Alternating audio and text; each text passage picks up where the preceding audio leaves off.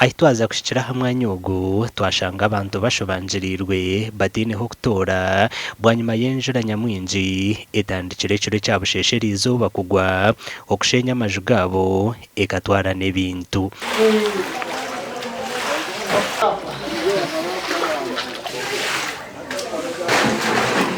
Abatura nibagamba ngo uzabaza rishaha nk'itanu z'ekiro ubwo enjura yatandika kugwa kandi uko bwaza kushesha amaizi gabaga bashangira ha bitanda. Enjura twawe turyaza shaha nk'itanu ubwo kire enjura yatanduka ubwo mbwene zikuza kuba shanki 10 amaizi gagakiriza abana bitanda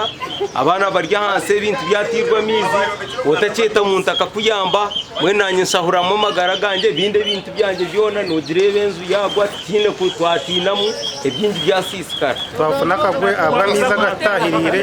twaza kamukuzi kurga nankuru ko haro gona mizi gizaga twarenza abantu kumanya abatuze ibararari bemifureje ntwetenga kwiguka barebe n'abageyiga bayombekere omihanda ya mizi barebo kubaga ukubiciriza nabo ande kindi ni nyebuza omuntu kwikakuombeka notunga plan konka what kind of people abo kwereza abantu plan kuombeka omanda gwa mizi amizaga gabagijwira mu maju g'abantu kandi agamwe gashenyuka gagijurine na no muvanda by'amakara Mbarara n'ahandi kandi uruguto rwa Kiyanja nkokonjeru aho abantu baba batineho kuraba agana mizi mingi ngarga nkokonjeru garugamba guta garugana nantaro kwirugubona hata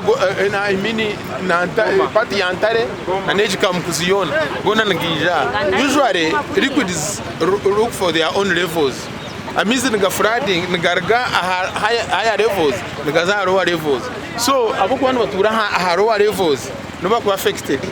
Chairman w'umwanyogo Anthony Agaba nagamba ngo umwanyogo ogwe Kiyanja gukondekwamwe abagiga bahikana kucinge mahanda y'amizi ngo mbwena hato bashobanjirirwe n'ecyo gukora ngatura gatakutera koko nakugambira garisirwa abantu abo kuronde byabo abantu bace abakozere byapa